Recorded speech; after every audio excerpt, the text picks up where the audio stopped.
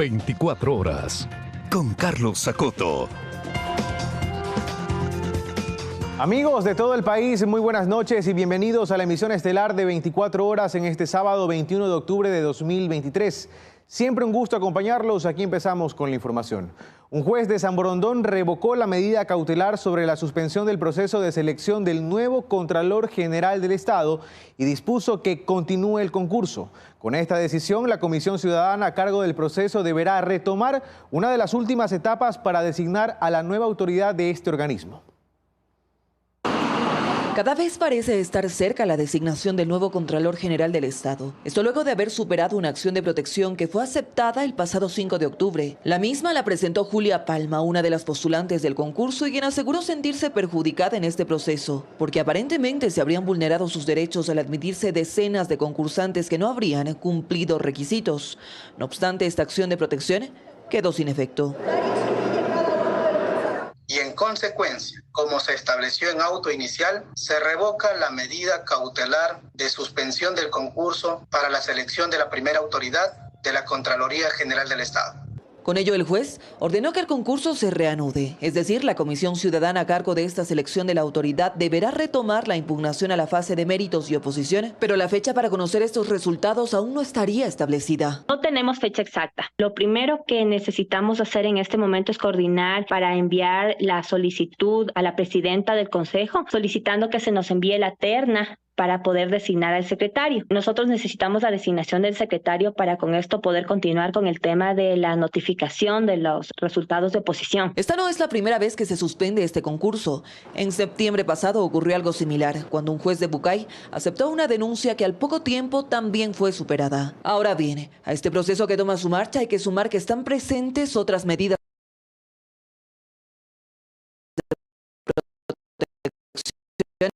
El resto de acciones entiendo que se van a ir ventilando estos días. Sin embargo, de esto, esas no tienen medida cautelar.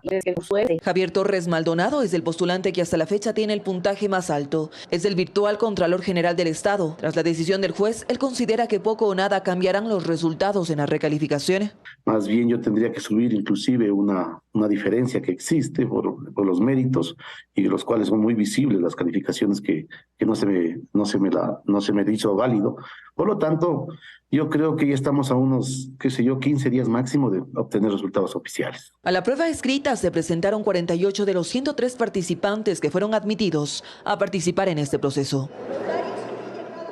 Y el Consejo de Participación Ciudadana dejó sin efecto la investigación sobre el nombramiento de la fiscal Diana Salazar, así como otros actos resueltos para formar una veeduría que revise las decisiones del Consejo Transitorio. En este marco, el organismo se comprometió a respetar el dictamen de la Corte Constitucional.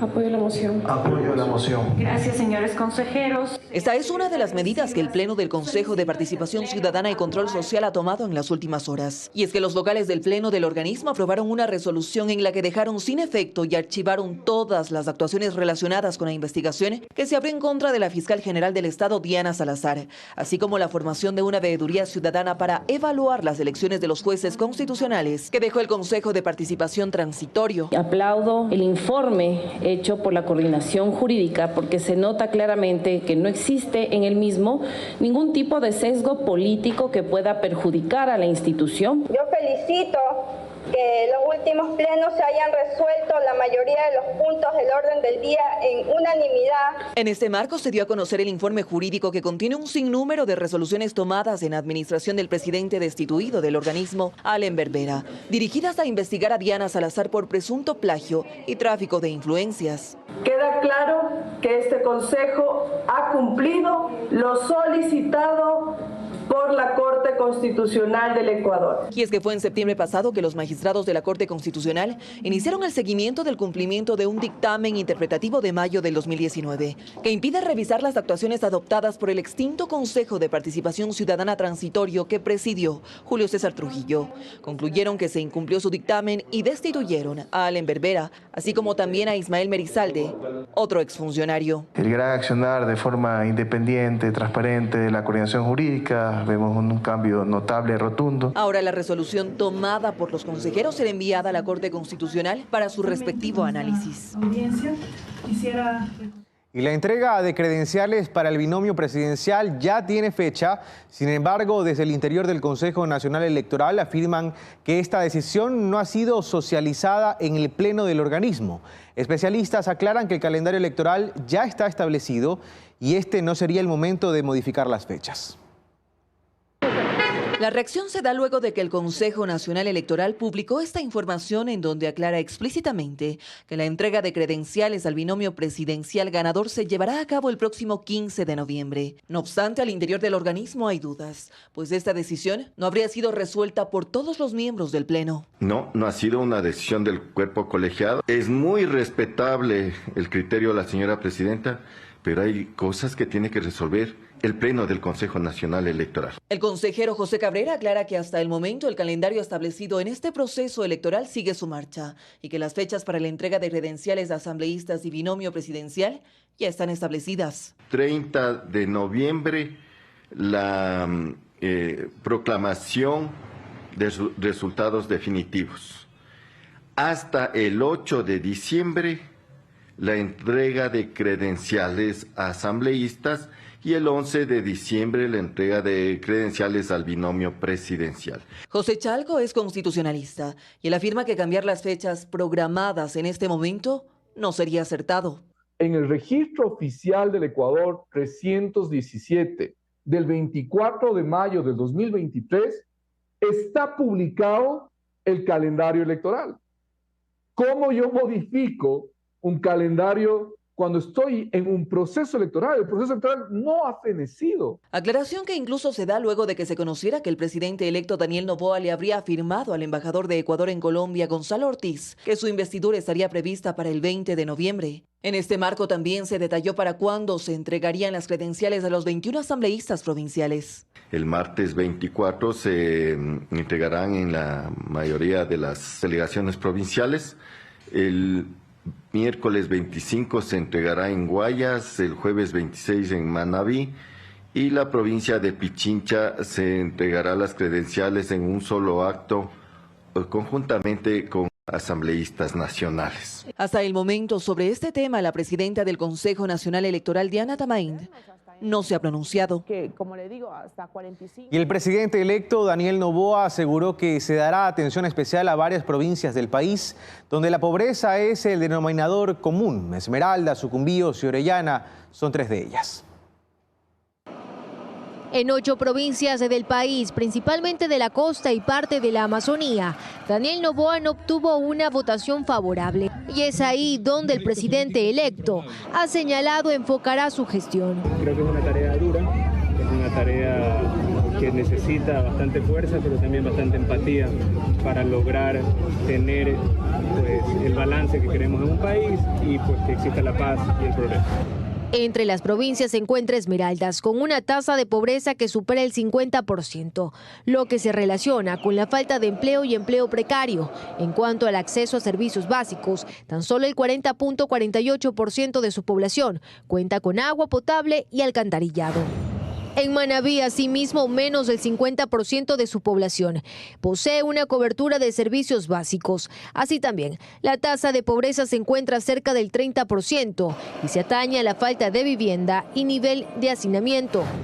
Sucumbíos, en cambio, tiene una de las tasas de pobreza más grandes de todo el país, con el 54.5%, y el acceso a los servicios básicos lo posee el 48.74% de su población. Pero no es todo. Orellana es otra de las provincias que no votó por Noboa y necesita de una urgente intervención. Asimismo, menos de la mitad de las familias tiene agua, luz y recolección de basura, exactamente el 33.4%, mientras que su tasa de pobreza se encuentra cerca del 60%. En tanto que en los ríos Santo Domingo, Santa Elena y Guayas la tasa de pobreza no supera el 30%. Sin embargo, la carencia de servicios básicos la sufre Los Ríos con el 35.47%, pues su población no cuenta con una red pública de agua, luz y tratamiento de aguas servidas. Y el gobierno entrante deberá enfrentar con urgencia al menos 3 desafíos en materia económica. Especialistas coinciden en que la gobernabilidad será importante a la hora de realizar cambios y buscar fuentes de financiamiento. El pago de décimos terceros, la compra de energía y las posibles afectaciones por el fenómeno del Niño serán los primeros desafíos económicos que el gobierno de Noboa tendrá que enfrentar una vez posesionado en el cargo. Así lo afirma Walter Spurrier, quien asegura que para estos 3 momentos más próximos se tendrá que buscar el financiamiento de multilaterales. Sin embargo, para lograr los ingresos para los problemas a mediano plazo, se tendrá que buscar la vía política. De alguna manera yo pienso que Noboa va a tener que utilizar ser un poco más enérgico, quizás menos contemplativo con las trabas que ponen en otros organismos del Estado, tratar de conseguir un apoyo en la legislatura, por lo menos impedir que haya una mayoría legislativa subversiva. Frente a esto, José Gabriel Castillo, director del Laboratorio de Economía del ESPOL, ve como importante que en este corto plazo se pueda controlar las presiones sociales que son utilizadas para flexibilizar el pago de impuestos. Es necesario controlar esas presiones. Probablemente más adelante tendrá que retomar alguna agenda relacionada precisamente para ir resolviendo estos problemas que se van arrastrando. Asimismo, se ve como importante recuperar la confianza a nivel internacional. Hay mucha incertidumbre en el mercado internacional respecto de cómo se va a materializar una agenda que por un lado permita dinamizar la economía, pero paralelamente no afecte las condiciones de las finanzas públicas que ya son muy débiles. Ahora cuando gana Daniel Noboa, automáticamente cae el riesgo país en 90 puntos porque se considera que las perspectivas son mejores de lo que eran antes. Daniel Noboa, en las pocas semanas que tendrá del 2023, deberá concentrarse en un déficit fiscal heredado que revela la inflexibilidad que hubo para reducir el gasto y a su vez en cómo cerrará el presupuesto de este año. Y escuche esto, pese a tener menos electores, las circunscripciones del exterior ponen más asambleístas que 20 de 24 provincias de todo el país. En estas elecciones, menos de la mitad de los empadronados en el exterior sufragó. En el exterior hay 3 circunscripciones. Europa, Oceanía y Asia es una. Canadá y Estados Unidos una más. Y Latinoamérica, el Caribe y África otra. Aquí 409.000 ecuatorianos están empadronados, un poco más de quienes, por ejemplo, en Loja están habilitados para sufragar, 402.000. Pero aunque el número de empadronados es casi el mismo, su representación en la asamblea es muy diferente. Con casi los mismos votantes, Loja pone 4 asambleístas y las circunscripciones del exterior 6. No es el único ejemplo. Y Los Ríos tiene una población cercana al 1 millón, mientras que los votantes en el exterior son más o menos 400.000. Anabela Chacón es matemática y observadora electoral. Cree que es necesario que se planteen reformas al Código de la Democracia, poniendo la lupa precisamente sobre el voto en el exterior. Pues al momento estas 3 circunscripciones ponen más asambleístas que 20 de las 24 provincias del país.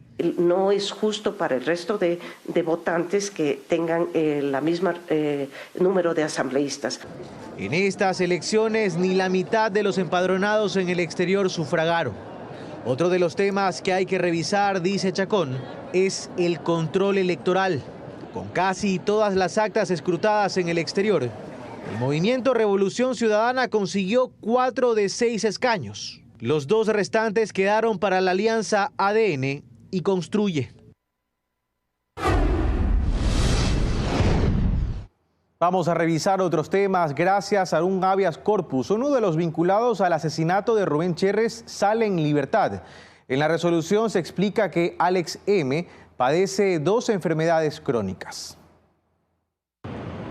Con fecha 19 de octubre, la Sala Especializada de lo Laboral de la Corte Provincial de Justicia de Guayas resolvió la acción de habeas corpus planteada por Alex M., involucrado en el presunto delito de asesinato del empresario Rubén Cherres, vinculado al caso León de Troya. El tribunal aceptó la acción mencionada y concedió medidas alternativas a la prisión preventiva. En la resolución se explica que Alex M.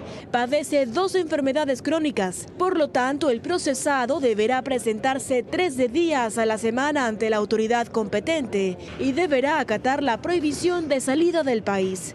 De su parte, el SNAI asegura que ya ha interpuesto el recurso de apelación en contra de la sentencia dictada. Antes de ser involucrado en el caso Cherres, Alex M. ya registraba antecedentes penales por delitos como tenencia de armas. En julio pasado, Alex M. y José Z. fueron detenidos como sospechosos del asesinato del empresario Rubén Cherres. La detención se la realizó 3 meses después del hecho suscitado a finales de marzo en Punta Blanca, provincia de Santa Elena. Y el capitán Cristian Ceballos, responsable de la seguridad de Fernando Villavicencio, fue sancionado con una multa pecuniaria por la Dirección Administrativa de la Policía Nacional.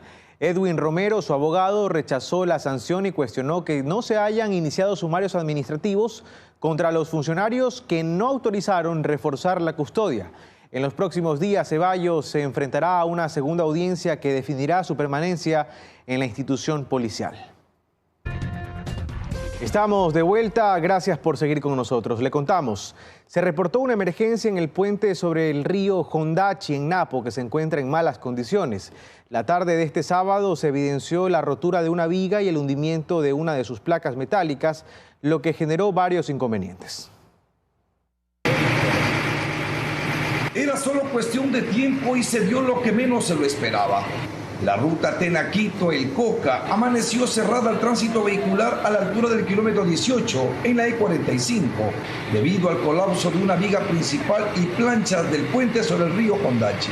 Y con el señor ministro de Obras Públicas fuimos enfáticos en manifestar que es necesario construir un nuevo puente, a lo cual ellos dijeron que tenían que poner un presupuesto y que tenía que hacerse los estudios correspondientes. Les había solicitado por varias veces, sin embargo, no nos han dado oídos a esta petición. A este viaducto le cayeron los años ya de vida útil y no daba garantías desde hace un tiempo atrás. Ya en muchas ocasiones se ha repetido el mismo problema. Se colapsó el puente, ya no tenemos paso, más que todos los 3 cantones de la provincia. No tenemos movilidad, no tenemos comunicación, donde por ello nosotros hemos ahora reunido con la ciudadanía, con la asociación de ganaderos, para llamarles atención al Ministerio de Obras Públicas, con quien dijo el señor prefecto, no es competencia como gobierno parroquial, pero es competencia del Ministerio de Obras Públicas. Luego de dar a conocer al EMETOC Napo la emergencia, llegaron para reparar los daños. Estos son temporales, como ya ha ocurrido en otras ocasiones, de muy poca durabilidad. La única vía alterna que por ahora deben tomar si desean ingresar a las provincias antes mencionadas será la que viene desde Pichincha, llegando a Papayacta, Baeza, Yerenarupa, Loreto, El Coca, o Baeza, Chaco, Cascales, Lago Agrio. Qué peligro. Y a propósito, el Ministerio de Transporte y Obras Públicas informó que la reparación total de este puente costará más de $500,000. Se pudo conocer que a esta hora continúa habilitado luego de trabajos específicos realizados tras esta emergencia. Continuamos con más información. Mientras continúa el calentamiento de los océanos en el perfil costero, se ha evidenciado un ligero enfriamiento ante la llegada de la corriente fría de Humboldt. Y pese a la formación del fenómeno del Niño, existe un déficit de las precipitaciones, las mismas que se espera que inicien a partir del mes de diciembre. Que el comportamiento del fenómeno del Niño ha cambiado momentáneamente es lo que mencionan especialistas, debido al ingreso de la corriente fría de Humboldt al país, que ha ocasionado la ligera disminución de la temperatura en el perfil costero. Enfriado quiero decir ha bajado la temperatura, realmente, ¿sí? Sí ponerla o volverla a lo que es típico para la época del año. Sin embargo, en las provincias de Esmeraldas y Manabí, las temperaturas continúan elevadas en unos 3 grados centígrados por encima de la media, igual que en el Pacífico Occidental, que se encuentra entre los 30 grados centígrados. En esta zona, a 8.000 kilómetros de las costas ecuatorianas, la formación del fenómeno del Niño se encuentra en niveles moderados, por lo que las proyecciones hasta el momento serían favorables. De moderado para abajo. Pero que sea moderado no quiere decir que no nos impacte. Y si bien las últimas lloviznas tienen algo de relación con la incidencia del fenómeno de El Niño, eso no quiere decir que ya hayan comenzado. De hecho, habría un déficit de precipitaciones, teniendo en cuenta que para este mes de octubre esperarían al menos 25 milímetros de lluvia por metro cuadrado. Hasta la fecha se espera que estas inicien a partir del mes de diciembre. Mientras esto ocurre, las labores de monitoreo se mantienen por parte del Instituto Oceanográfico de la Armada. El buque Orión recorre desde hace varias semanas la zona de las Islas Galápagos y el análisis de las 56 estaciones colocadas para determinar el comportamiento de este fenómeno climático y su variación en la temperatura del océano. Y en otros temas, los pasajeros exigen a las aerolíneas bajar los costos en los vuelos nacionales. Y es que un vuelo doméstico puede llegar a tener un valor similar al de un pasaje aéreo internacional. Actualmente, 3 aerolíneas brindan servicio aéreo doméstico en Ecuador: Avianca, Aero Regional y Latam Airlines. Y si un ciudadano desea viajar desde Guayaquil a Quito, el pasaje puede llegar a tener un valor equivalente a un pasaje aéreo internacional. Aquí un ejemplo. Un boleto para este fin de semana de Guayaquil a Quito ida y vuelta tiene un valor de $202. A esto se le añade que el pasajero deberá pagar $9 adicionales al momento de elegir un asiento en clase económica, teniendo en consideración que esta tarifa únicamente incluye un bolso o una mochila pequeña para llevar debajo del asiento. Es decir, un vuelo local de 40 minutos no deja de tener un valor similar a uno internacional. Y es que un pasaje para este sábado de Guayaquil a Fort Lauderdale, Estados Unidos, tiene un costo de $204 ida y vuelta. Están muy elevados, ¿no? Entonces, bueno, pues los que tenemos que viajar sí o sí, no nos queda de otra que pagarlos. ¿Usted está dispuesto a pagar esa cantidad de dinero, por ejemplo, $300 para irse nomás a Quito? No, cojo vos nomás. Pero ¿por qué volar dentro de Ecuador tiene un precio elevado? El presidente de la Asociación de Representantes de Líneas Aéreas de Ecuador lo explica. El pasajero que compra a última hora es el que está subsidiando al pasajero que compró con anticipación. Los impuestos son carísimos. En Ecuador existe un impuesto al combustible que es del 5% por galón. Por ejemplo, en este pasaje de $195 ida y vuelta de Guayaquil a Quito, el valor del viaje realmente es de $142, mientras que los $53 restantes corresponden a tasas e impuestos. Y uno de los factores del incremento en el costo de boletos aéreos nacionales es la poca competencia en el sector aeronáutico del país. Se lo explicamos en el siguiente reportaje. Expertos en aviación y turismo aseguran que se trata de un efecto dominó. Hace menos de un mes, ECUAIR suspendió sus operaciones en el mercado ecuatoriano y en consecuencia 3 líneas aéreas quedaron operando vuelos domésticos en el país. Por lo tanto, a menor oferta de aerolíneas, mayor el precio de los pasajes. Con una básica regla de la ley de oferta y demanda. A esto también se le suman los pasajeros de la extinta aerolínea ECUAIR que esperan ser trasladados por Avianca y Latam Airlines tras el acuerdo de protección de pasajeros que firmaron estas líneas aéreas. Provocando una inflación de tarifa para evitar o mermar que la persona que intenta comprar deje de comprarlo y ellos puedan terminar de atender o de proteger a aquellos que ya tenían boletos. Este vuelo de Guayaquil a Quito ida y vuelta, cotizado para el lunes en la tarifa más económica, tiene un costo de $212. Realmente el valor del viaje es de $156, mientras que los $55 restantes pertenecen a las tasas e impuestos que el pasajero debe pagar, como IVA, la tasa de seguridad y la tasa aeroportuaria. El valor de las tasas aeroportuarias dependen de cada terminal aérea. Por ejemplo, aquí en el aeropuerto de la ciudad de Guayaquil, las tasas aeroportuarias, al menos para vuelos domésticos, tienen un valor de aproximadamente $17, mientras que en el aeropuerto de Quito el valor es de aproximadamente $12.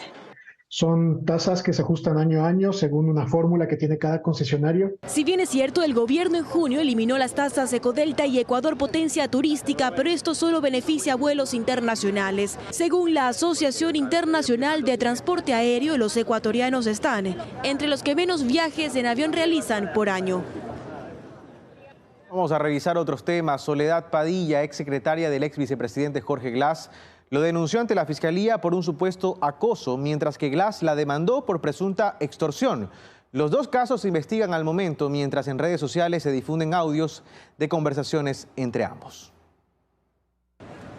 Nueva acusación para Jorge Glass, ex vicepresidente de Ecuador. Su exsecretaria Soledad Padilla asentó una denuncia formal, aunque no se conoce la fecha exacta, ante la Fiscalía General del Estado. En el escrito legal, Padilla asegura haber sufrido presión psicológica por parte del ex vicepresidente Glass durante el periodo que fue su asesora personal. La intimidación tenía como objetivo lograr una relación sentimental, asegura Padilla. Mediante este comunicado, Jorge Glass señala que la denuncia de su ex asistente es parte de otra campaña más de infamias y calumnias en su contra. Y en respuesta, el exfuncionario del correísmo presentó el pasado 18 de octubre una denuncia en contra de Padilla por el delito de extorsión.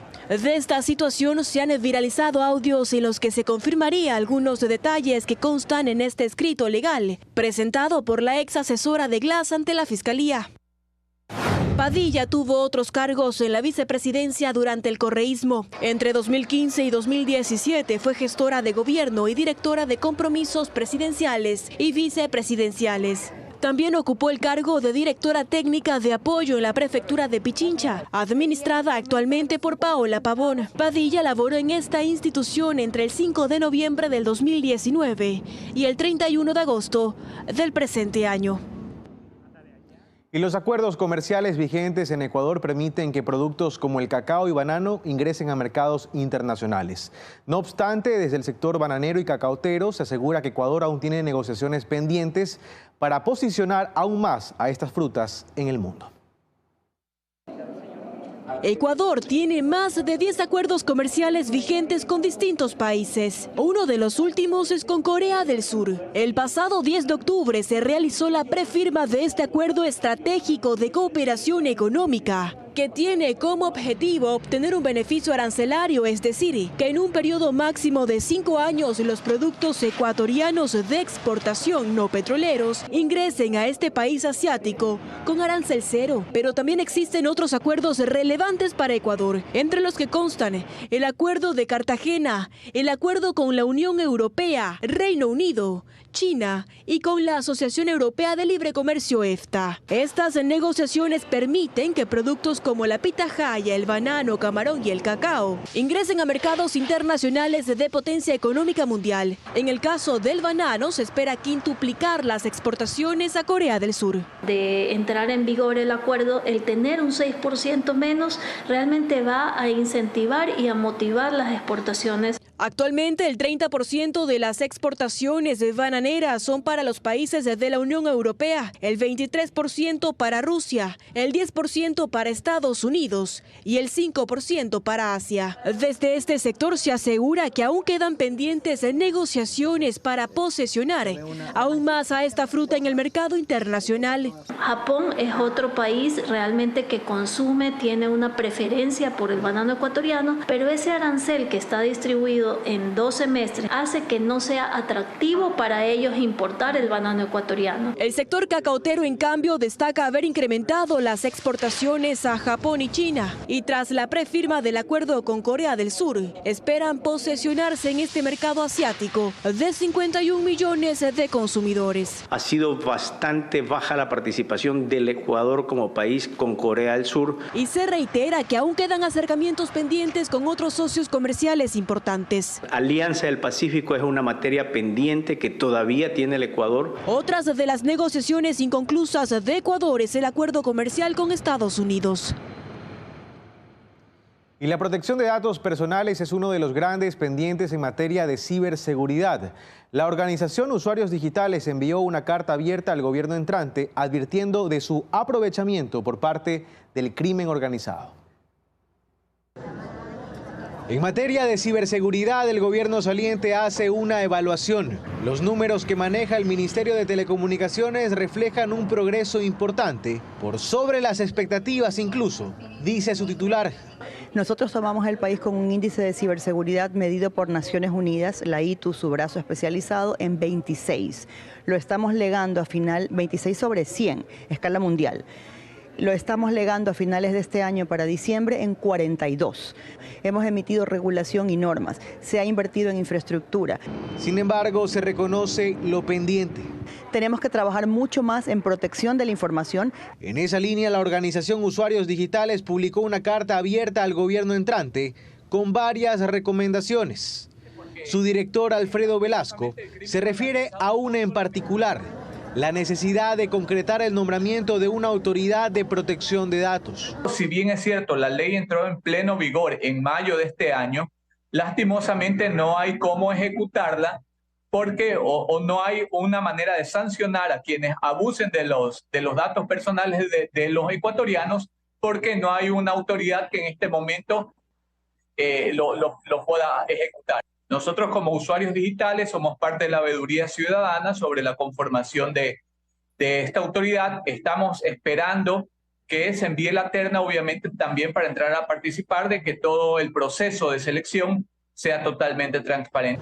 Otro de los pendientes dice la elaboración de un reglamento de la Ley de Protección de Datos que recoja las necesidades de la población sobre la filtración de datos personales. Porque lastimosamente el crimen organizado no solamente ataca territorio físico, sino que principalmente territorio digital, y está haciendo abuso de los datos que en este momento están filtrados de absolutamente todos los ecuatorianos, y que lastimosamente las propias instituciones públicas han sido las principales promotoras de la difusión o de la filtración o de la venta de datos de los ecuatorianos. El gobierno entrante en su plan de trabajo hace referencia al establecimiento de regulaciones estrictas para proteger los datos personales recogidos por instituciones, a fin de prevenir brechas de seguridad y garantizar el respeto a la privacidad de los ciudadanos, un tema hasta hoy pendiente. Y los emprendedores nacionales plantean puntos clave al nuevo gobierno para generar más fuentes de empleo en el país. Desde la Alianza para el Emprendimiento e Innovación se considera que se debe tomar medidas de corto, mediano y largo plazo, entre ellas ampliar la creación de empresas. Que Ecuador necesita consolidar nuevas empresas que generen empleo, exporten, traigan divisas y en ese proceso llamen a la inversión. Ese es el llamado de microempresarios, emprendedores y artesanos del país a las autoridades que ganaron las elecciones del pasado 15 de octubre. Facilitándose la vida del emprendedor, se crean empresas y se crean empresas, hay empleo.